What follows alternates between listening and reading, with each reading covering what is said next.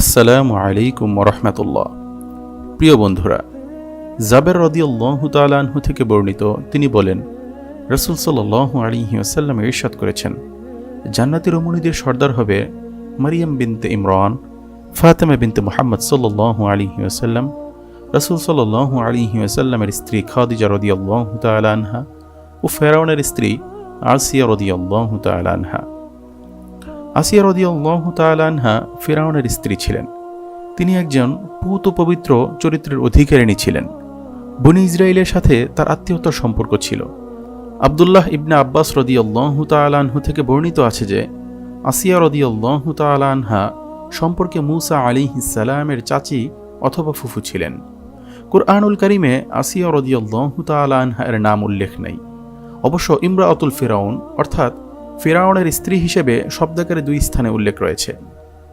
আসিয়া শব্দের অর্থ দুঃখী। পুরো নাম আসিয়া বিনতে মুজাহিম।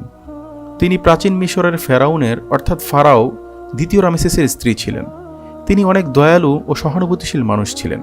তিনি আল্লাহর সন্তুষ্টি অর্জনে অবর্ণনীয় দুঃখ কষ্ট ও নির্যাতন সহ্য করে ন্যায়ের পথে অবিচল ছিলেন। পৃথিবীর আরাম আয়েশকে পদাঘাত করে ঈশ্বর ভীতি ও আল্লাহ প্রীতিকে প্রাধান্য দিয়েছিলেন। প্রিয় বন্ধুরা, মিশরের ফেরাউন যখন জানতে পারে তাকে ধ্বংসকারী শিশু বনী ইসরায়েলের বংশে অচিরেই জন্ম হবে, তাই সেই সময়ে বনী ইসরায়েলের যত শিশুর জন্ম হতো তাকে হত্যা করার আদেশ দিয়েছিল। এই সময়ে মূসা আলাইহিস সালামের জন্ম হয়েছিল।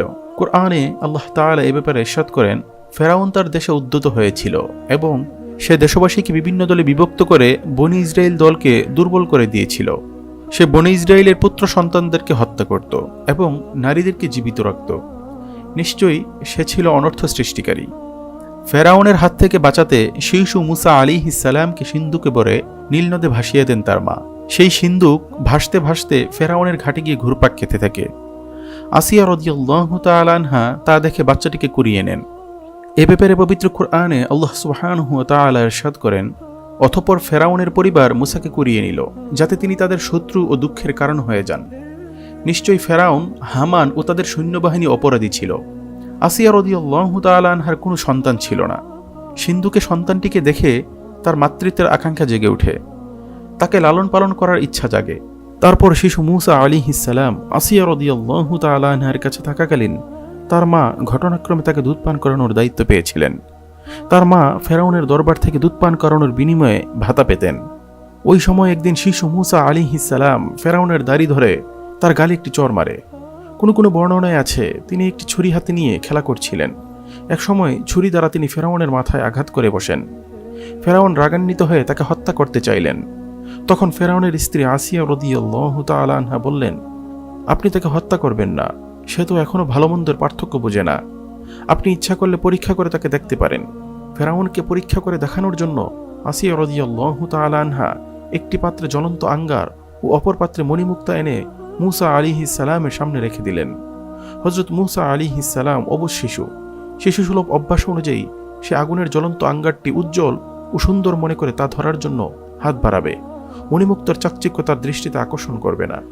ফলে ফেরাউন বুঝতে পারবে যে সে যা করছে তা শিশুসুলভ আচরণই করছে। কিন্তু শিশু মূসা আলাইহিস সালাম কোনো সাধারণ শিশু ছিলেন না।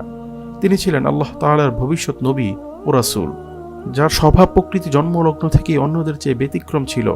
শিশু মূসা আলাইহিস সালাম আগুনের পরিবর্তে মণিমুক্তাকে ধরার জন্য হাত বাড়াতে চাইলেন, কিন্তু জিবরাইল আলাইহিস সালাম তার হাতকে আগুনের পাত্রে রেখে দিলেন। হযরত মূসা আলাইহিস সালাম ওই সময় আগুনের একটি টুকরা নিয়ে তার মুখে দিলেন, ফলে তার জিহ্বা পুড়ে যায়। এতে ফেরাউন বিশ্বাস করল যে মূসা আলাইহিস সালামের চর বা ছুরি দিয়ে মাথায় আঘাত করার কাজটি উদ্দেশ্য প্রণোদিত ছিল না। এটা ছিল নিতান্তই শিশুসুলভ আচরণ। ওই ঘটনা থেকেই হযরত মূসা আলাইহিস সালামের জিহ্বায় কথা বলার সময় জড়তার সৃষ্টি হয়।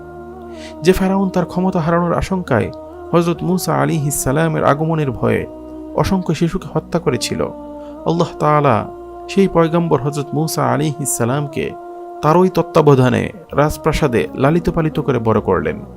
এদিকে আসিয়া আলাইহিস সালাম ছিলেন ধনী পরিবারের মেয়ে। ফেরাউনের সাথে বিয়ে দিলেও সে ফেরাউনের মতো হতে পারেনি। সে ছিল দয়ালু ও জ্ঞানী। ফেরাউনদের মতো অহংকারী ছিল না।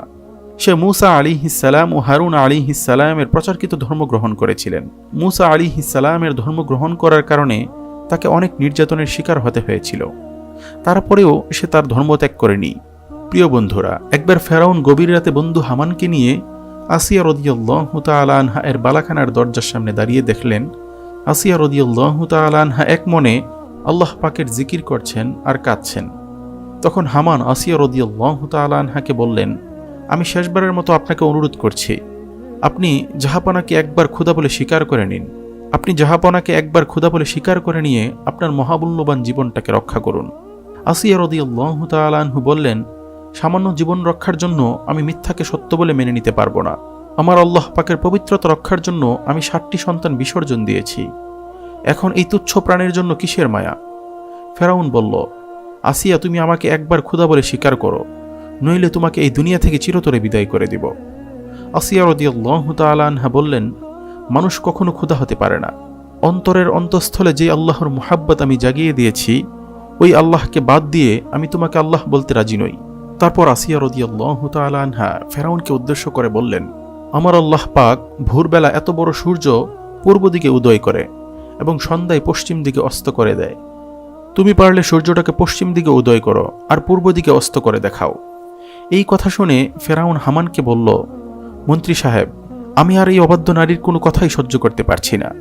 আপনি একটা পেষণ যন্ত্র নিয়ে আসুন। একটি মজবুত পেষণ যন্ত্র আনা হলো। আসিয়া রাদিয়াল্লাহু তাআলা আনহা এর 2 হাতে পেরেক মারল। তারপরে একটা তক্তায় হাজার হাজার পেরেক মেরে তক্তাটা চিৎ করে দিল। পেরেকগুলো খাড়া হয়ে গেল। তার উপর আসিয়া রাদিয়াল্লাহু তাআলা আনহাকে শুইয়ে দিয়ে তার চারদিক দিয়ে পিটাইবার হুকুম দিল। জল্লাদ চারদিক দিয়ে পিটাইতে লাগলো। আসিয়া রাদিয়াল্লাহু তাআলা আনহা শুধু আল্লাহর জিকির করতে লাগলো। এবার আসিয়া রাদিয়াল্লাহু তাআলা আনহাকে পেষণ যন্ত্রের ভেতরে আবদ্ধ করে পেষণ যন্ত্র কষাতে লাগলো। নারীর কোমল দেহ আসিয়া রাদিয়াল্লাহু তাআলা আনহা এর দেহের মাংস ফেটে রক্ত পড়তে লাগলো। ফেরাউন বলল, একে আমি তিলে তিলে শেষ করব। জল্লাদকে হুকুম করল আসিয়া রাদিয়াল্লাহু তাআলা আনহা এর মাথায় ছুরি চালাবার জন্য। জল্লাদ যখন আসিয়ার মাথায় ছুরি বসাতে যায়, তখন ফেরাউন আসিয়ার কানের কাছে গিয়ে বলল, আসিয়া, তুমি আমার প্রথম স্ত্রী, তোমাকে আমার রাজত্বের অর্ধেক দিয়ে দেব। তুমি গোপনে আমার কানে কানে একবার আমাকে খোদা বলো, তোমার প্রভু যেন না শুনে। আসিয়া রাদিয়াল্লাহু তাআলা আনহা বললেন, আল্লাহ সুবহানাহু ওয়া তাআলা মায়ের পেটে 7টা পর্দার নিচে সন্তানের রূহ পৌঁছান। সে কোন হালে আছেন তা দেখেন। আল্লাহর না দেখার এবং না শোনার কোনো জায়গা এই দুনিয়াতে নেই। আসিয়া রাদিয়াল্লাহু তাআলা আনহার এই কথা শুনে রাগে ফেরাউন হুকুম দিল, হে জল্লাদ, আসিয়ার মাথায় ছুরি লাগাও। যখন জল্লাদ ছুরি চালিয়ে দিল, ঝপঝপ করে রক্ত পড়তে লাগলো। তখন আসিয়া রাদিয়াল্লাহু তাআলা আনহা এর ঠোঁট নড়তে লাগলো। আল্লাহ ডাক দিয়ে বলেন, ও ফেরেশতারা আমার, আসিয়া কি বলে শোনো। আসিয়া রাদিয়াল্লাহু তাআলা আনহা বলতে লাগলেন, হে আমার পালনকর্তা, আপনার সন্নিকটে জান্নাতে আমার জন্য একটি গৃহ নির্মাণ করুন। আমাকে ফেরাউন ও তার দুষ্কর্ম থেকে উদ্ধার করুন এবং আমাকে জালেম সম্প্রদায় থেকে মুক্তি দিন। আসিয়া রাদিয়াল্লাহু তাআলা আনহা আরও বললেন, হে আল্লাহ, আমি তোমার জান্নাত চাই না, ঈমান ভিক্ষা চাই। তখন আল্লাহ তাআলা বলেন, হে আসিয়া, সুসংবাদ শুনে নাও, তোমাকে আমার আরশের পাশে জায়গা দিব। তখন আসিয়া রাদিয়াল্লাহু তাআলা আনহা কঠোর যন্ত্রণায় ছটফট করতে করতে ক্ষীণ কণ্ঠে উচ্চারণ করল, লা ইলাহা ইল্লাল্লাহ। তিনি শাহাদাত বরণ করলেন।